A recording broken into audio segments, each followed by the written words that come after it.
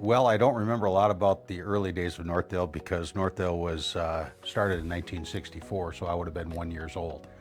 But I know it was started by Tom Shaney and Bob Triwaller. So I've been with Northdale for 34 years, and then I've been sole owner since 2017. The primary thing that we do would be sanitary and water main and storm sewer installation, as well as building streets. But for the most part, in the last probably 20 years, our bread and butter has been reconstruction. Yeah, I'm really proud of how we've maintained our equipment. Most of our maintenance is at or before the typical requirement on the machines.